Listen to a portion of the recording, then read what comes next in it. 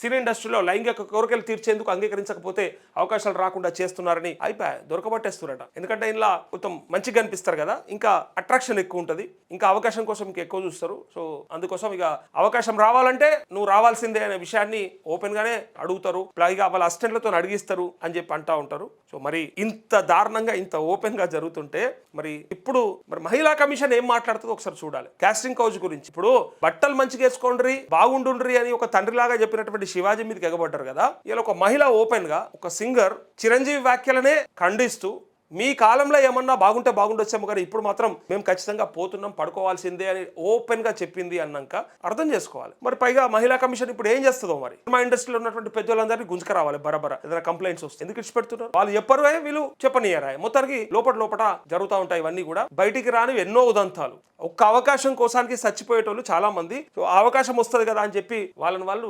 అర్పించుకునేటోళ్ళని కూడా మనం చాలా సార్లు చూసినాం. తర్వాత ఆత్మహత్యలు చేసుకున్న కూడా చూస్తాం.